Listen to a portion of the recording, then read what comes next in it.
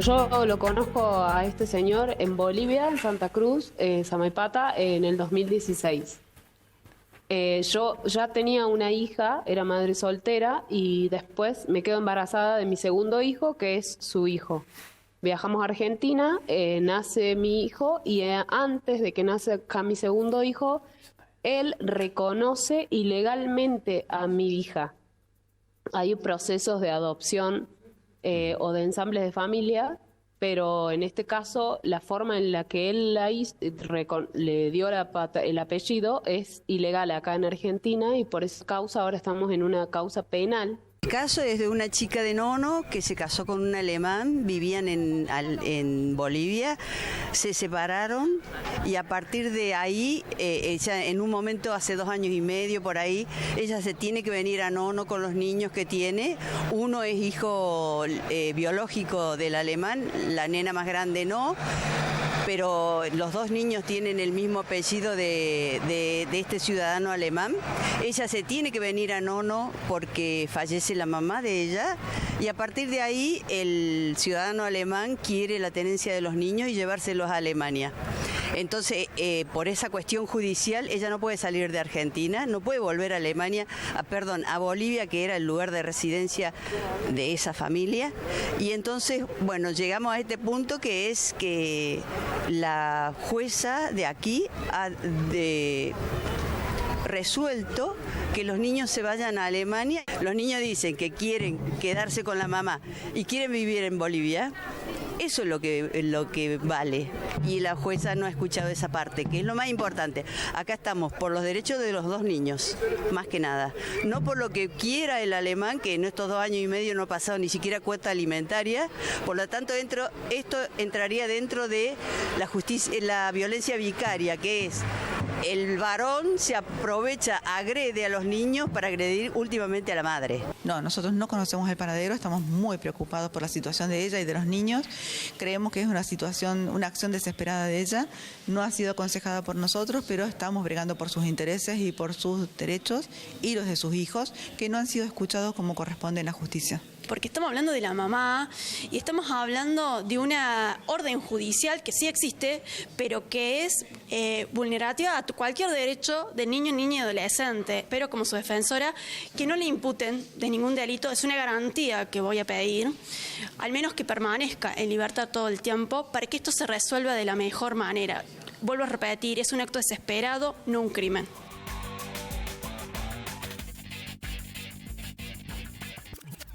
¿Cómo les va? ¿Cómo andan? Muy buenas noches, bienvenidos. Esto es Redacción Abierta. Como hacemos habitualmente, abrimos con un tape para introducirnos a la temática que vamos a tratar hoy, que tiene que ver con el caso de Constanza Tarico y sus 2 hijos, una nena de 10, un nene de 6 años. Voy a hacer un raconto, puede llegar a ser, le pueden faltar algunos elementos, pero rápido, de la última información. ¿Cuál es? Constanza Tarico tenía que presentarse el jueves 25 de julio en los tribunales de Villa Dolores, cumpliendo una orden judicial de viajar a Alemania con sus hijos para reunirse con el padre de los niños. Pero desde ese momento no se conoce su paradero. Este proceso de restitución pasa por varias instancias judiciales que han determinado esto. Está la versión que ustedes escuchaban recién también, que es la de la propia Constanza Tarico en distintas entrevistas que dio anteriores al 25 de julio y en las que relata que fue, sometida a un proceso injusto, que conoció a esta persona que es padre de uno de sus 2 hijos, no de su hija mayor, y que por haber viajado a Argentina desde Bolivia temporalmente, como dice ella, dice la madre, se le imputa esta situación y se pide la restitución.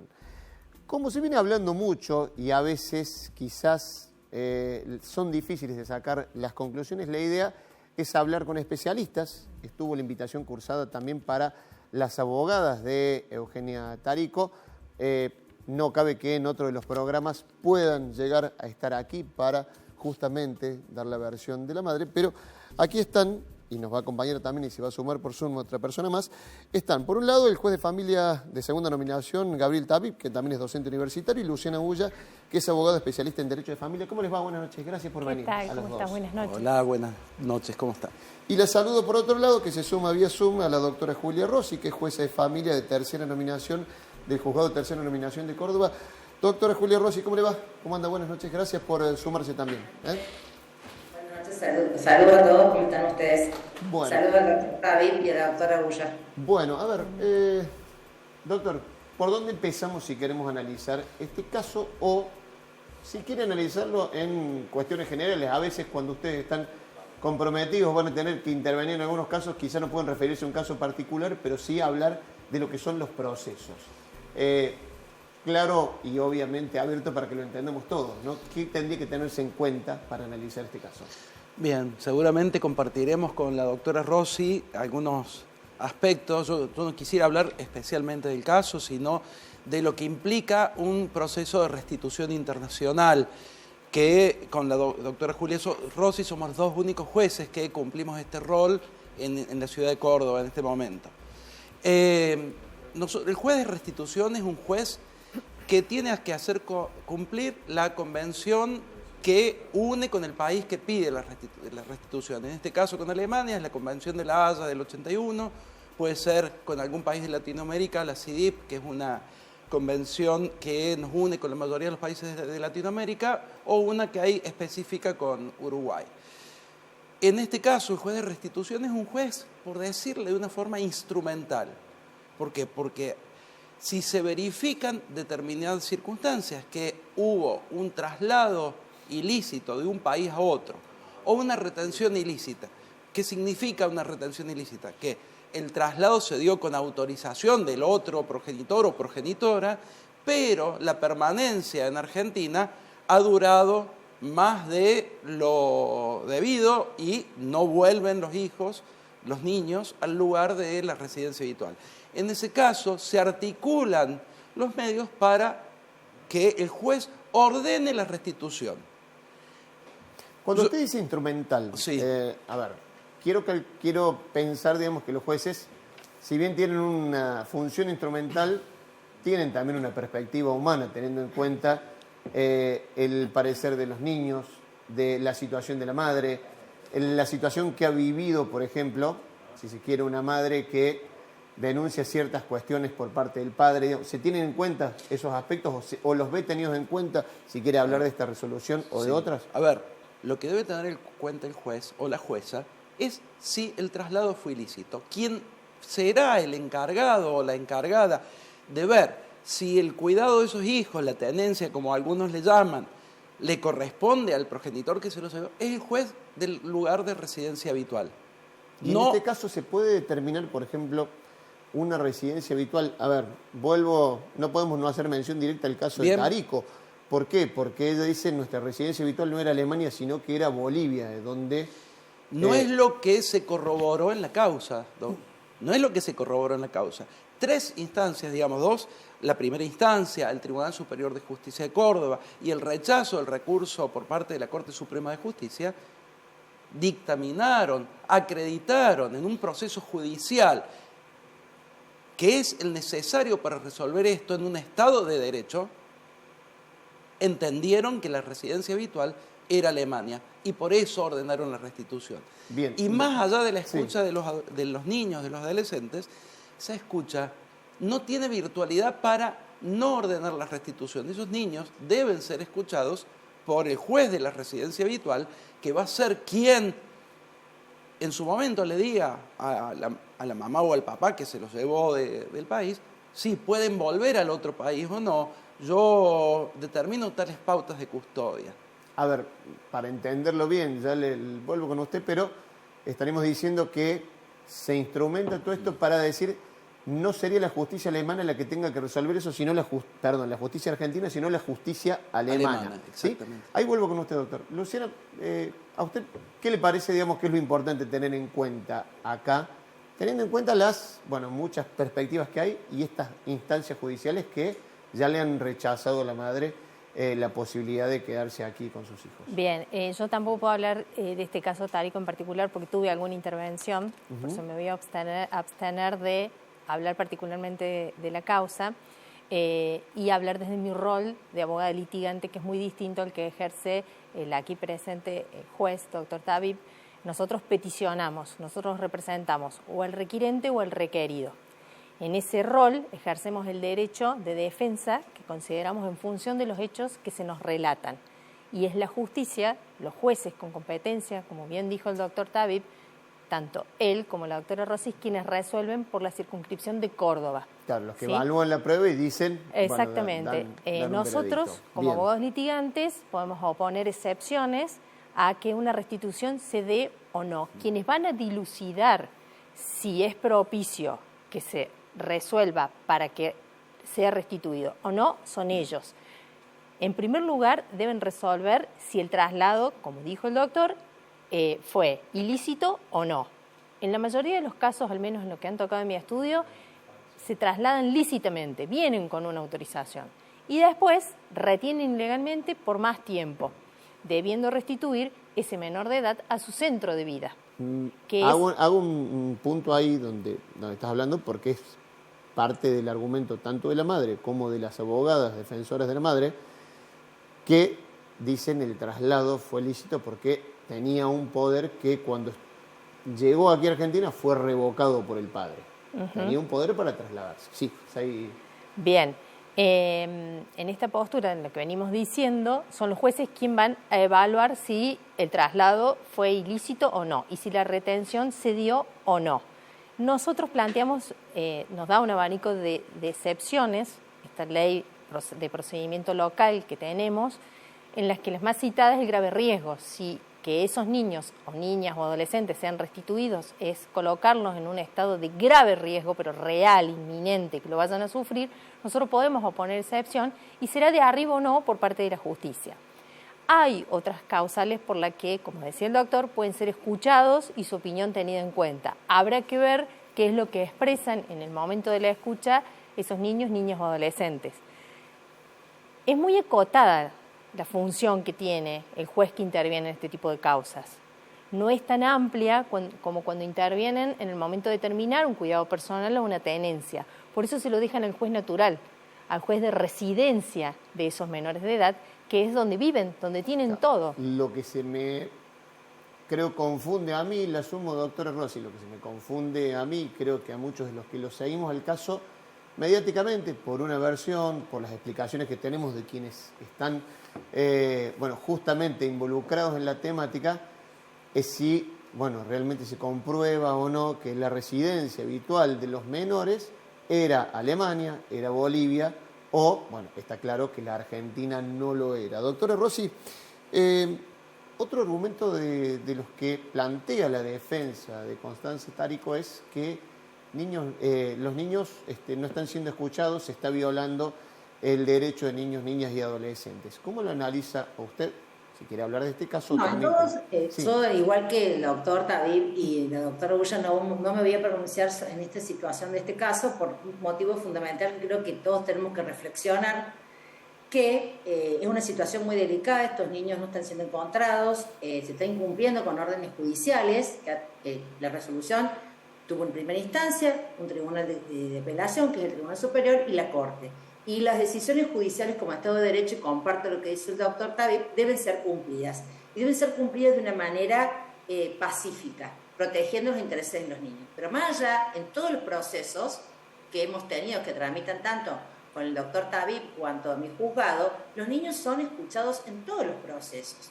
Lo que no significa escuchar al niño y tener en cuenta su opinión, no significa que se va a resolver en función de lo que el niño quiera, sino en función de si se dan o no los requisitos establecidos taxativamente por el convenio que acaba de referir el doctor, para que se configure una causal de oposición de excepciones, como dice la doctora. Es decir, aquí el juez no es como un juez que va a resolver si el niño va a vivir en Catamarca o en Córdoba, si hay un cambio de radicación, sino que una vez que se dilucidó y se probó que la residencia habitual del niño es en otro país, que ese traslado fue inconsulto o fue lícito pero una retención indebida, entonces los abogados alegan las excepciones, se provee la prueba, se diligencia esa prueba y se valora si se configuran o no. Cuando se configuran, no se hace lugar a la restitución, y cuando el tribunal entiende que se configuran habiendo escuchado a los niños, porque en los juzgados de Córdoba con competencia especializada, juzgado del doctor David, siempre intervienen la escucha de los niños, ya sea de una manera directa, en audiencia con los equipos técnicos. Eso es de rigor y lo establece la misma ley 10.419, que es la ley de restitución internacional procesal que tenemos en Córdoba, como en 10 provincias argentinas. Entonces, estos procesos se van cumplimentando y se van dando acabada pauta de cada una de estas instancias. Los niños son escuchados. Ahora bien, si esa escucha surgiera en este caso o en cualquier otro caso, que los niños tienen no quieren volver al país de residencia habitual, habrá que ver si esa oposición es irreductible y la valoración en función de su edad y grado de madurez. Y en ese caso, allí tendremos en cuenta si se dan o no las excepciones. Pero eso, a ver, hago el punto ahí, doctora, porque es interesante ese punto que está tocando. Eso es lo que debería ocurrir en Alemania y que debería darse allá, donde sean escuchados para, por ejemplo... No, en Córdoba la ley nos indica que son escuchados, por ejemplo, si yo pongo la excepción de grave riesgo, porque la integridad física, psíquica del niño, niña adolescente, está en juego, y no puedo adoptar medidas de regreso seguro, porque esto es muy importante. La Convención de La Haya, en el año 2020, dio unas guías de buenas prácticas, dictó sobre qué es lo que importa un grave riesgo en estos casos. Y el juez de la restitución debe analizarlas detalladamente, y si hay elementos que puedan el juez neutralizar ese grave riesgo, los va a dictar, y la persona va a tener que regresar, si realmente se configuró la restitución y no se hizo lugar a la excepción, el juez que va a tener que decidir si el cuidado lo tiene que tener la mamá en Argentina, o el papá en México, o el papá en Perú, o el papá en Alemania, lo va a hacer el juez de esa residencia habitual. Pero esa escucha de los niños está tanto en los procesos de restitución cuanto ante el juez, donde se va a debatir qué es el juez de la residencia habitual. Porque nosotros, los jueces de restitución internacional, no podemos entrar en el fondo de la cuestión. No podemos determinar si la mamá o el papá están en mejores condiciones de ejercer ese cuidado. Porque eso lo tiene que hacer otra persona en otra instancia, digamos, es lo que dice usted. Yo determino que el juez competente es el juez de Perú, porque realmente no se da las excepciones que me articuló el progenitor o la progenitora para oponerme a la excepción, es ese juez el que debe debatir. Y allí se darán todas las garantías de los procesales. Es decir, este juicio no es un juicio de restitución internacional, un juicio de conocimiento profundo. Es conocimiento limitado. ¿Por qué? Doctora, me espera un minuto porque quiere intervenir el doctor David. Sí, yo quiero agregar dos cosas a las que dice mi colega y querida amiga Julia. Primero, el tema de la mediatización de estos casos y cómo se habla de la cuestión con desconocimiento de lo que es la ley. Y que esto lleva a veces a dilatar los procesos de restitución, y tenemos que tener en cuenta que la Corte Interamericana de Derechos Humanos el año pasado sancionó a Paraguay por no restituir a Argentina en tiempo oportuno un niño, una niña en ese momento que había sido llevada por su madrastra. Entonces fíjense cómo incumplir un tratado de este tipo, poniéndose a verificar en el país requerido, cuando no está facultado para eso el país, una serie de cuestiones, llevó a una sanción muy grande de la Corte Interamericana de Derechos Humanos contra Paraguay por este tema. Fíjense, y nuevamente haciendo... Sí, un poco la idea, la mediatización se da también porque obviamente es un caso que llama interés y los padres también tuvieron, digamos, algún interés en decir, bueno, de alguna manera protegernos entre las instancias judiciales. ¿Me permite? Llama interés, fíjate, es la idea de este programa. El primer caso de restitución internacional en Argentina, luego de que se articulara ya la Convención de La Haya, fue, o no sé si era CIDIP en ese momento, fue el de Gabriela Oswald. digo el nombre, pese a que nosotros no podemos decirlo porque todo el mundo lo conoció en el año 96. Fue hipermediatizado. Muchos de los casos de restitución internacional se mediatizan. ¿Por qué? Porque en la discusión pública se meten temas que no son los que tenemos que analizar los jueces, que tenemos que ordenar la restitución. Nosotros tenemos que analizar lo que la doctora Julia Rossi y la doctora estaban Está bien, pero no están verificando. escindidos en una sociedad, doctor, también. No, para nada. No están para escindidos nada. tampoco de la Pero ocurre, sensibilidad social que discúlpeme. genera un caso así. Pero para nada, Genera para un nada. estrépito social genera porque es chocante escuchar niños separados de su madre. Eso es lo que genera estrépito social. Por eso toda la sociedad se enardece y dice, ¿qué pasa? Lo que pasa es que por ahí también es difícil a los letrados explicarle a las partes la función del juez. El juez no parte de esa sensibilidad, tiene que aplicar la ley. Nosotros peticionamos y ellos resuelven conforme los acotados parámetros que tienen con la ley local y la convención, que les ordena restituir. Entonces, Porque si no, en otro caso, a ver, si entendemos que vamos a ser nosotros en Argentina los que vamos a resolver esto, podría ser una vía, pero tenemos que rechazar seguir aplicando los convenios internacionales a los que nos hemos comprometido. Como pasó con Jordania, cuando no restituyó los hijos de Gabriela Arias Uriburu.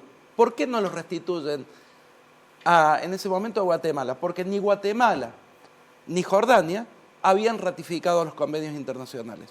Nosotros los hemos ratificado y como tal debemos cumplirlos. Sí o sí debemos cumplirlos.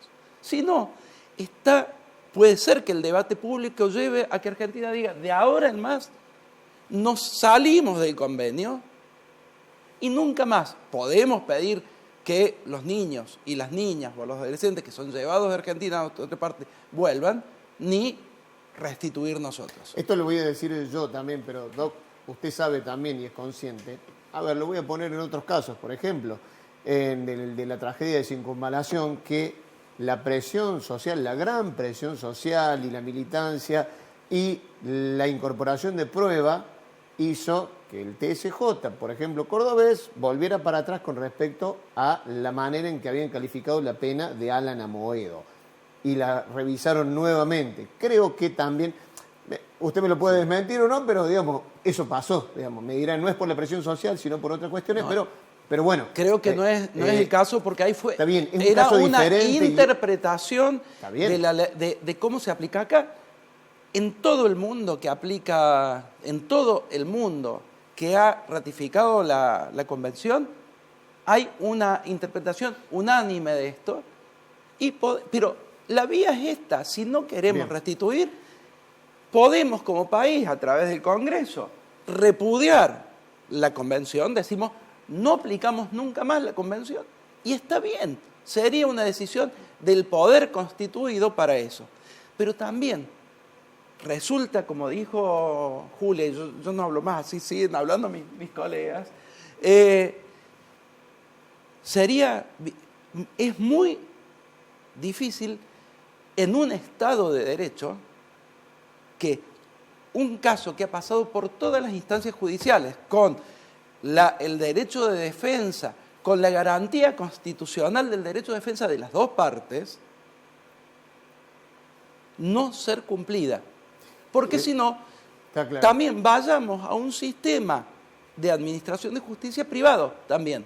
Porque si no vamos a cumplir lo que han dicho las tres instancias posibles en este supuesto, vayamos a un sistema de justicia en que cada uno resuelva las cuestiones de manera privada. Me quedan muy poquitos minutos. Doctora Rossi, quería apuntar algo. Yo quería decir algo muy importante. Me queda muy poquito tiempo, si puede ser. Es una cosa fundamental. Yo considero que una manera de violar los derechos de los niños es justamente la mediatización de los conflictos de los niños. Ya lo dijo la Corte Suprema y lo hacemos en los tribunales de familia. Las cuestiones de los niños deben ser protegidas y estar en el ámbito privado. Acá hay una doble violación de los derechos de estos niños. Por un lado, es que no aparezcan, que no puedan hacerlo pacíficamente. Hay un montón de maneras de resolver las cuestiones pacíficamente y por lo menos tanto en el juzgado del doctor David cuanto el mío hemos llevado ejecuciones dificilísimas y la doctora Bullo lo sabe perfectamente y lo hemos hecho con compromiso y respetando y además piénsese que siempre hay medidas de regreso seguro. Se les garantiza un montón, patrocinio gratuito, cuota alimentaria, abogado, se articula a través de la autoridad central y el juez de enlace. Entonces, en definitiva, un llamado a la reflexión a no las vías de hecho, como dice el doctor Tabib. Acá se han agotado todas las instancias, en este y en todos los casos. Doctora Rossi, muchas gracias por sumarse a Redacción Abierta. Como siempre, muy gentil de su parte. Luciana, me queda un minutito, pero si querés. Yo quería transmitir de algún modo tranquilidad por ahí a quienes nos están escuchando, que tenemos jueces con sensibilidad. Esto lo digo de caminar esos tribunales todos los días. Las resoluciones que hemos tenido en mi estudio, en muchos casos han sido favorables, no han sido restituidos estos niños. El máximo tribunal cordobés ha apoyado esa tesitura y la Corte muchas veces es quien lo da vuelta, porque por ahí le ponemos el mote a los tribunales locales y muchas veces las resoluciones de acá salen en un sentido y la Corte lo da vuelta. Entonces, quiero decir esto por ahí para no dejar mal parados a quienes son jueces especializados y que tenemos la suerte de tenerlos. Muchísimas gracias. Eso quería Perfecto. aportar. Gracias a los dos porque la idea justamente es esta. Decían usted, Doc, y bien, con sentido crítico, bueno, se mediatiza algo y se habla muy tocando de oído. Bueno, la idea de este programa era esa, justamente darle un espacio para que se pueda charlar largo y tendido. Yo quería, antes de cerrar, siendo que esta casa me ha acompañado toda la vida, yo escucho Radio Universidad con mi familia desde que soy un niño mucho más pequeño que estos dos que están volviendo, ¿o no? He visto el Canal 10, me ha acompañado toda la vida y me duele profundamente la situación que están viviendo todos ustedes. Así que toda mi solidaridad a la gente de los SRT, en los que tengo mucha gente que quiero muchísimo. Así que ojalá que subsistan con toda la fuerza que toda la vida han tenido.